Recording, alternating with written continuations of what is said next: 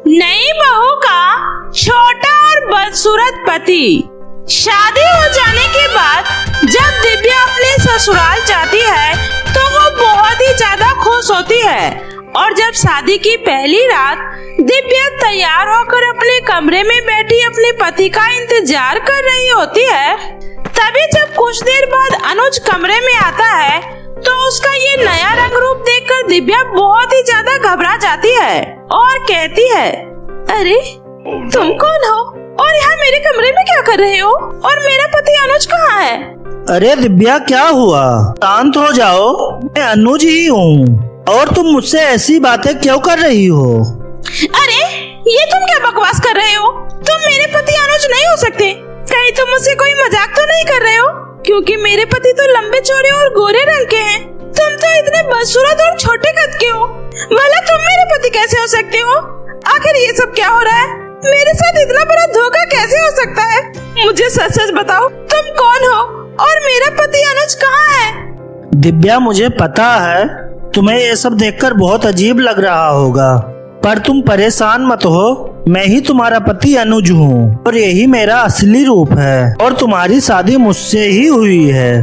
बस एक बार मेरी पूरी बात तो सुन लो। नहीं नहीं, मुझे तुम्हारी कोई बात नहीं सुननी है। तुम सबने मिलकर मुझे धोखा दिया है। अब मैं यहाँ एक पल नहीं रहूंगी, नहीं रहूंगी। मैं जा रही हूँ यहाँ से। इतना कहकर दिव्या रोते हुए वहाँ से जाने लगती है। तभी सामने से उसकी सास कौशल्या आती है और वो दिव्या को रोकते हुए कहती है, रुक जाओ बहू, आखिरकार वही हुआ जिस बात का मुझे इतने सालों से डर था। अनुज बेटा, आखिरकार तुझे उस साधु का श्राप लग ही गया ना। और दिव्या बहू, मेरा बेटा अनुज सही कह रहा है, वही तुम्हारा पति है। पर इसके इस बदलते रूप के बारे में मुझे तुम्हें कुछ बताना है। अब और क्या बताना चाहती है आप मुझे? सब कुछ तो मेरी आंखों के सामने ही है। आप सबने मिलकर मेरे परिवार और मुझे धोखा दिया है। अरे आपने जिस बेटे से मेरी शादी करवाई थी वो तो ये है ही नहीं। मुझे पता है दिव्या बहू, ये सब देखकर तुझे बहुत बुरा लग रहा होगा और तेरा गुस्सा करना भी जायज है। हमें तुम्हें इस बारे में पहले ही बता देना चाहिए था बेटा।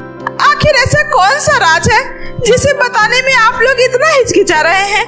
मुझे सब कुछ सच सच जानना है, बताइए, वरना मैं एक सेकंड भी यहाँ और नहीं रुकूंगी। दिव्या बहू, तुम चिंता मत करो। तुम हमारे घर की नई बहू हो और हम नहीं चाहते कि तुम इस तरह यहाँ से घर छोड़कर चली जाओ। पर आज ये सब कुछ बस मेरे बेटे अनुज को मिले एक श्राप की वजह से हो रहा है। जब कुछ साल पहले एक साधु ने इसे श्राप दिया था कि ये अपनी शादी की पहली रात पूरी तरह से बदल जाएगा। इसका रंग काला और बदसूरत हो जाएगा और इसका कद भी छोटा हो जाएगा। और देख लो, बिल्कुल वैसा ही हुआ है। नहीं, मुझे तो आपकी बातों पर बिल्कुल भी विश्वास नहीं हो रहा। कहीं आप मुझे कोई झूठी कहानी तो नहीं सुना रही है? इसलिए अब मैं आपकी किसी भी बात पर विश्वास नहीं करूंगी, बल्कि मैं खुद यहाँ रहकर सच का पता लगाऊंगी। पर जब तक आप अपने बेटे को कहिए कि वो मुझसे और इस कमरे से दूर रहे। और इस तरह दिव्या अनुज के इस नए रूप रंग को देखकर बहुत ज्यादा परेशान हो जाती है और वो उसे अपने पति के रूप में स्वीकार नहीं करती है। उसे तो ये सब बस एक झूठी कहानी लग रही थी। उसके मन में सवालों के तूफान उमड़ रहे थे और उसे कुछ भी समझ में नहीं आ रहा था कि वो सच का पता कैसे लगाएगी। तभी ऐसे ही पूरी रात गुजर जाती है। अगली सुबह होते ही दिव्या के माता पिता वहाँ पर आ जाते हैं और वो कहते हैं, अरे बहन जी, हम तो बस अपनी इज्जत की वजह से अभी तक चुप हैं, वरना हम लोग तो कब का आप लोगों को जेल में पहुँचा दिए होते। अरे आप लोगों ने मेरी बेटी की जिंदगी बर्बाद कर दी है, इसलिए मैं अपनी बेटी को एक पल भी और यहाँ रुकने नहीं दूंगी। अरे आपका बेटा इतना बदसूरत और छोटे कद का है और कहाँ मेरी बेटी इतनी सुंदर और लंबे कद की। भला इन दोनों का कोई मेल हो ही नहीं सकता। और वैसे भी हमने तो अपनी बेटी की शादी एक गोरे चिट्टे लंबे कद वाले लड़के से करवाई थी, पर ये तो बिल्कुल ही अलग है। हाँ, शांति बिल्कुल सही कह रही है। अरे आप सबने मिलकर हमें इतना बड़ा धोखा दिया है। हम चाहे तो अभी आप सबके खिलाफ पुलिस में कंप्लेन कर सकते हैं। पर अपनी बेटी दिव्या की वजह से हम लोग अभी चुप बैठे हैं। हमें माफ कर दीजिएगा भाई साहब, लेकिन इसमें अनुज की कोई गलती नहीं है। बस एक बार आप हमारी बात तो पूरी सुन लीजिए। हम कब से आपको कुछ बताना चाह रहे हैं, पर आप हमारी बात सुनने के लिए तैयार ही नहीं हैं। हमें आपकी कोई बात नहीं सुननी है। इतना कहकर दिव्या के माता पिता गुस्से से वहाँ से चले जाते हैं और ये सब देखकर अनुज को बहुत ही बुरा लगता है, लेकिन वो कर भी क्या सकता था, इसलिए वो दिव्या से कहता है, दिव्या, मुझे पता है इन सब चीजों की वजह से मैं बहुत तकलीफ हो रही होगी और मैं खुद भी अपने इस नए रंग रूप को देखकर बहुत ही ज्यादा परेशान हूँ। पर मेरा विश्वास करो, मैं तुम्हें सब कुछ सच सच बताना चाहता हूँ। एक बार बस मेरी बात तो सुन लो, उसके बाद तुम जो चाहो वो करना। ठीक है, लेकिन अभी हमें भाभी के यहाँ एक पार्टी में जाना है। पार्टी से आने के बाद मैं तुम्हारी बात सुनूंगी। इतना कहकर शाम को दिव्या अनुज के साथ अपनी भाभी कंचन के यहाँ पार्टी में जाती है, जहाँ हर कोई अनुज को देखकर उसका बहुत मजाक उड़ाता है। अरे क्या बात है दिव्या, तेरा पति तो बहुत ही अनोखा दिख रहा है। तुम दोनों की जोड़ी को किसी की नजर न लगे। अरे दिव्या, सच में तुम खुद इतनी सुंदर हो, फिर तुमने ऐसे लड़के से शादी कैसे कर ली? कहीं तुम लोगों की कोई लव मैरिज तो नहीं है? क्योंकि प्यार तो अंधा होता है ना। जहाँ लोग दिव्या और उसके पति को देखकर ऐसी बातें कर रहे होते हैं, तभी वहाँ पर उसकी भाभी आ जाती है और वो कहती है, अरे नहीं नहीं, ऐसी कोई बात नहीं है। इनकी कोई लव मैरिज नहीं है, बल्कि अरेंज मैरिज है। अच्छा, अब आप लोग पार्टी एंजॉय करिए, मैं अभी आती हूँ। इतना कहकर कंचन दिव्या को अपने कमरे में लेकर जाती है और उससे कहती है, ये सब क्या है दिव्या? ये अनुज को क्या हो गया? अनुज तो ऐसा बिल्कुल भी नहीं था। वो तो दिखने में बहुत ही सुंदर और लंबा था। हमने तुम्हारी शादी में अनुज को देखा था, फिर ये सब कैसे हो गया? मुझे तो अपनी आंखों पर विश्वास ही नहीं हो रहा कि ये अनुज है। कंचन दिव्या से इतना कह ही रही होती है कि तभी उसके कमरे में उसकी गुरु माँ आ जाती है और वो उसे कहती है, दिव्या, तुम्हारे पति का ये रंग रूप एक श्राप की वजह से हुआ है। तुम्हारे पति को देखते ही मैं सब कुछ समझ गई बेटा। क्या आप सच कह रही हैं गुरु माँ? और यही बात कब से मुझे अनुज और उसके घर वाले कह रहे हैं, पर मैंने उनकी बातों पर कोई विश्वास नहीं किया। तुम चिंता मत करो दिव्या, तुम कल सुबह अपने पति को लेकर मेरे आश्रम आ जाना, मैं तुम्हें सब कुछ वहीं पर बताऊंगी। इतना कहकर गुरु माँ वहाँ से चली जाती है, लेकिन गुरु माँ की ये बात सुनकर दिव्या को अपने सभी सवालों के जवाब मिल जाते हैं और वो अनुज को अपने पति के रूप में स्वीकार कर लेती है। तभी अगले दिन दिव्या अनुज को लेकर गुरु माँ के आश्रम जाती है, जहाँ गुरु माँ अनुज से कहती है, अनुज, तुम मुझे सच सच बताओ, आखिरकार उस दिन क्या हुआ था? गुरु माँ, मैंने कभी सपने में नहीं सोचा था कि मेरे साथ कभी ऐसा भी होगा। आज से 2 साल पहले मैं अपने दोस्त नीरज की शादी में गया था, तो मुझे उसकी शादी में एक साधु मिले थे जो बहुत ही ज्यादा काले और एक छोटे कद के थे, और मुझे उस समय अपनी खूबसूरती और लंबे कद पे बहुत ज्यादा घमंड हुआ करता था, जिस वजह से मैंने उनका मजाक उड़ाया और उसी बात पर गुस्सा होकर उन्होंने मुझे श्राप दे दिया कि मैं अपनी पहली शादी की रात में छोटा और काला हो जाऊंगा। पर आज मुझे अपनी गलती का एहसास हो गया है, इसलिए आज मैं उन साधु से माफी मांगना चाहता हूँ। मुझे खुशी है कि तुम्हें अपनी गलती का एहसास हो गया, इसलिए अब तुम चिंता मत करो। मैं जल्द ही उन साधु का पता लगाकर उन्हें तुम्हारे पास ले आऊंगी। आपका बहुत बहुत शुक्रिया गुरु माँ। और इस तरह कुछ ही दिनों में गुरु माँ उन साधु को अपने साथ अनुज के घर ले आती है, जहाँ अनुज हाथ जोड़कर उनसे माफी मांगता है और उसके बाद साधु उसे क्षमा करके अपना श्राप वापस ले लेते हैं, जिसके बाद अनुज फिर से अपने असली रूप में आ जाता है और अब वह कभी भी किसी के भी रंग रूप को देखकर उसका मजाक नहीं उड़ाता है और अपनी पत्नी के साथ एक हंसी खुशी जीवन जीना शुरू कर देता है। काली बदसूरत को मिला परी वाला लहंगा। गंगा किनारे एक गांव था। उसी गांव में रजनी का खुशहाल परिवार था। रजनी के पिता खेती का काम करते थे और उसी से उनके घर का गुजारा होता था। वैसे तो रजनी बहुत दयालु थी, लेकिन उसमें एक कमी थी कि वो बहुत ज़्यादा काली और बदसूरत थी। लेकिन उसके माता पिता रजनी से बहुत प्यार करते थे। ऐसे ही दिन बीत रहे थे। रजनी अब शादी के लायक हो जाती है और उसके घर वाले रजनी के लिए रिश्ता देखने लगते हैं। अरे भाई साहब, माफ करना, ये मेरा इकलौता बेटा है और मैं अपने बेटे को आपकी इस काली बदसूरत बेटी को नहीं ब्याह सकती। देखिए, मेरी बेटी दिखने में जरूर थोड़ी सांवली है, लेकिन वो बहुत ही गुणी है। माँ, मैं इस काली लड़की से हरगिज शादी नहीं करूँगा। आप चलिए यहाँ से। उसके बाद लड़के वाले वहाँ से चले जाते हैं। इसी तरह जो भी लड़का रजनी को देखने आता, सभी उसके काले रंग की वजह से उसे मना करके चले जाते। ऐसे ही दिन बीत रहे थे। रजनी की शादी की उम्र निकलते जा रही थी। उसके साथ की जितनी भी लड़कियां थी, सभी की शादी हो चुकी थी और उसकी कुछ सहेलियां तो माँ भी बन चुकी थी। अब तो रजनी के गाँव वाले भी उसे इसके लिए ताने मारने लगे थे।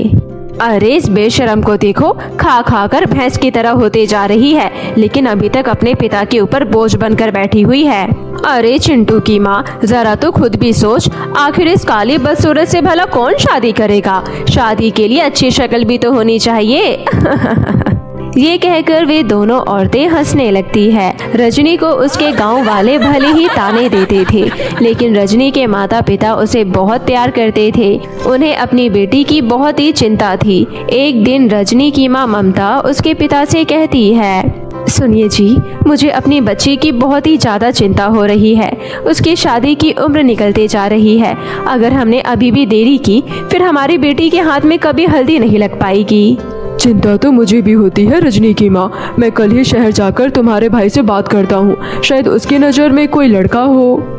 मैं क्या कह रही थी जी, कि हमने जो घर बनाने के लिए कुछ पैसे बैंक में रखे थे ना, आप उसे निकाल लाइए। उससे मैं अपनी रजनी के लिए गहने बनवा दूंगी और दहेज के लिए भी कुछ पैसे रख लूंगी, क्योंकि मुझे नहीं लगता कि आज के ज़माने में हमारी बेटी की शादी बिना पैसे और दहेज के हो पाएगी। तुम ठीक कह रही हो रजनी की माँ। अगर हमारी बेटी के लिए कोई अच्छा सा लड़का मिलता है तो हम दहेज और गहने देने से भी पीछे नहीं हटेंगे। हम अपनी बेटी की जिंदगी में खुशियाँ लेकर ही आएंगे। ये सोचकर रजनी के लिए भोला राम अपनी पूरी जिंदगी की जमा पूंजी बैंक से निकाल लाता है और अपनी पत्नी के साथ बाजार जाकर रजनी के लिए सोने के गहने और अच्छे अच्छे कपड़े खरीद लेता है।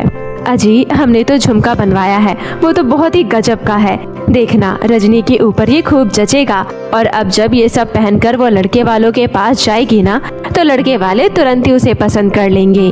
भगवान करे तुम्हारी बात सच हो जाए और मेरी बेटी का घर बस जाए। वे दोनों ये बात करते हुए घर जा ही रहे होते हैं, तभी रास्ते में एक चोर आकर उसके हाथ से उसका थैला छीनकर भाग जाता है। वे लोग उसका पीछा करते हैं, लेकिन चोर तुरंत ही वहाँ से रफू चक्कर हो जाता है। अब क्या होगा जी? वो सिर्फ गहना ही नहीं, बल्कि हमारी जिंदगी भर की मेहनत और हमारी बेटी की आने वाली कल की खुशियाँ थी, सब बर्बाद हो गया। हम लुट गए जी। शायद ऊपर वाले को यही मंजूर था रजनी की माँ। शायद हमारी बेटी की किस्मत में खुशियाँ लिखी ही नहीं है। हे भगवान, तू हम गरीब के साथ ऐसा क्यों करता है? अब तू ही हमें कोई रास्ता दिखा। दोनों पति पत्नी बहुत ही दुखी मन से वहाँ से घर आ रहे थे। तभी ममता की नज़र एक बहुत ही खूबसूरत चमचमाते हुए लहंगे पर जाती है। अरे ये लहंगा इस सुनसान रास्ते पर आखिर किसका हो सकता है? और ये लहंगा तो बहुत ही सुंदर है। देखिए ना रजनी के बापू, ये किसका लहंगा है? भोला राम वहाँ आसपास देखता है, लेकिन उसे वहाँ कोई नहीं दिखाई देता। अंत में वे दोनों उस लहंगे को लेकर काफी देर तक वहाँ बैठते हैं, ताकि कोई तो उस लहंगा को ढूंढते हुए वहाँ आएगा, लेकिन वहाँ कोई नहीं आता। जिसके बाद ममता उस लहंगा को लेकर अपने घर आ जाती है। आते ही रजनी को वो लहंगा दिखाती है। रजनी जल्दी से जाकर उस लहंगा को पहन लेती है। देखो ना माँ, ये लहंगा तो बिल्कुल मेरे नाप का है। ममता जब अपनी बेटी की तरफ देखती है तो हैरान रह जाती है, क्योंकि रजनी अब काली बदसूरत नहीं बल्कि किसी अप्सरा की तरह खूबसूरत लग रही थी। रजनी के बापू, जरा इधर तो आइए, ये हमारी रजनी ही है ना? देखिए ना, हमारी रजनी एकदम परी की तरह लग रही है। रजनी भी जब अपने आप को शीशे में देखती है तो खुशी से झूम उठती है और अपने माता पिता के पास जाती है। जहाँ इधर सब रजनी की खूबसूरती को देखकर खुश थे, वहीं परीलोक की नयनतारा परी बहुत परेशान थी क्योंकि सुबह से ही उसका सबसे पसंदीदा रानी परी का दिया हुआ लहंगा नहीं मिल रहा है। हे ईश्वर, मेरा जादुई लहंगा कहाँ गायब हो गया है? जादुई लहंगा ही तो है जो मेरी खूबसूरती में 4 चांद लगाता है और मुझे और भी ज्यादा खूबसूरत बनाता है। ऐसे में मेरे उस जादुई लहंगा का खो जाना बहुत ही नुकसान की बात है। वैसे भी वो लहंगा मुझे रानी परी ने तोहफे में दिया था, मुझे हर हाल में वो लहंगा चाहिए। इतना बोलकर नयनतारा अपनी आंखें बंद करके अपनी जादुई छड़ी घुमाती है और फिर कहती है, अच्छा तो मेरा जादुई लहंगा धरती लोक पर है, वो भी एक साधारण इंसान के हाथ में। अब मुझे कैसे भी करके उस जादुई लहंगा को धरती लोक से लेकर आना ही होगा। उसके बाद परी उड़ते हुए धरती लोक पर आती है और फिर एक साधारण सी चूड़ी बेचने वाली का रूप धारण कर वो रजनी के घर पहुंचती है। इधर रजनी की खूबसूरती की वजह से उसके घर में रिश्तों की लाइन लग जाती है। जो कोई भी रजनी को देखता वो उसकी खूबसूरती का कायल हो जाता, क्योंकि इस समय उसके पूरे गांव में रजनी से खूबसूरत लड़की कोई और नहीं थी। रजनी की शादी एक बहुत ही उच्च खानदान में वैभव नाम के लड़के से तय हो जाती है। आज रजनी की सगाई थी। वो दोनों एक दूसरे के हाथ में अंगूठी पहना रहे थे। तभी परी आवाज लगाती है, चूड़ी ले लो चूड़ी, रंग बिरंगी प्यारी प्यारी चूड़ी ले लो। लेकिन रजनी के घर में काफी मेहमान आए थे, इस वजह से उस चूड़ी वाले पर कोई ध्यान नहीं दे रहा था। तभी परी फिर से जोरदार आवाज लगाती है, शादी के शुभ मुहूर्त पर सगुन और हल्दी की प्यारी प्यारी चूड़ियाँ ले लो। ये सुनकर रजनी सोचती है, अरे शादी के मुहूर्त पर सगुन और हल्दी की चूड़ी, इसे खरीदना तो बहुत ही शुभ होगा। मैं जल्दी से जाकर उसे चूड़ी ले आती हूँ। ये सोचकर रजनी चूड़ी वाली को रुकने के लिए कहती है और जैसे ही रजनी उस जादुई लहंगा को पहने हुए उस परी के सामने आई तो वो परी अपने लहंगे को देखते ही पहचान गई। जिसके बाद परी रजनी को जादू से सम्मोहित कर उसका जादुई लहंगा उससे ले लेती है और रजनी फिर से अपने साधारण कपड़ों में आ जाती है। परी जैसे ही रजनी से अपना लहंगा लेती है वैसे ही वो फिर से पहले की तरह ही बदसूरत हो जाती है। उसका इतना काला और भद्दा सा चेहरा देखकर परी बहुत दुखी हो जाती है। अरे ये लड़की तो बेहद बदसूरत हो गई है, अब मैं क्या करूं? लेकिन मेरे लिए मेरा ये लहंगा बहुत जरूरी है। मैं इस लहंगे को किसी इंसान के हाथ में नहीं दे सकती। रजनी को देखकर परी के आंखों से आंसू टपककर रजनी के हाथों पर गिर गया। ये लो बहन, मेरी तरफ से ये लहंगा और ये चूड़ी तुम्हारी शादी का तोहफा है। तुम अपनी शादी में इसे ही पहनना। इतना बोलकर परी अपना जादुई लहंगा लेकर वहाँ से चली जाती है। परी जाते जाते अपने साथ रजनी की खूबसूरती भी लेकर चली जाती है, लेकिन रजनी को अभी तक इस बात का एहसास नहीं था। वो जैसे ही घर के अंदर आती है उसे इस तरह देखकर लड़के वाले उससे रिश्ता तोड़कर चले जाते हैं। हे भगवान, ये मेरे साथ क्या हो गया? मेरे हाथों में अभी हल्दी लगने ही वाली थी, फिर अचानक से ये लोग मुझसे रिश्ता तोड़कर कैसे जा सकते हैं? रजनी जब अपने आप को शीशे में देखती है तो वो समझ जाती है कि आखिर उसका रिश्ता क्यों टूटा, क्योंकि परी जादुई लहंगे के साथ साथ रजनी की खूबसूरती भी लेकर जा चुकी थी। मैं फिर से बदसूरत हो गई।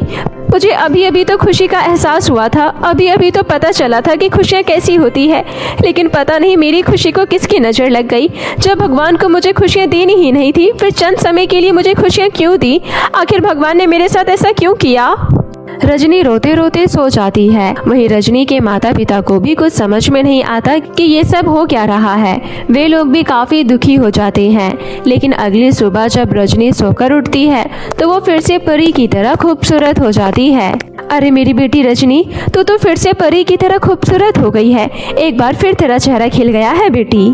अपनी माँ के कहने पर रजनी जब शीशा देखती है तो हैरान रह जाती है, क्योंकि वो एक बार फिर से खूबसूरत हो चुकी थी और ये सब हुआ था परी की आंसुओं की वजह से जो रजनी के हाथों पर गिरा था। अब रजनी को खूबसूरत दिखने के लिए किसी जादुई लहंगे की आवश्यकता नहीं थी, क्योंकि परी जाते जाते रजनी को अपनी खूबसूरती दे गई थी। और फिर कुछ ही दिन बाद रजनी की शादी एक बहुत ही अच्छे लड़के से हो जाती है और वो शादी वाले दिन वही लहंगा और चूड़ी पहनती है।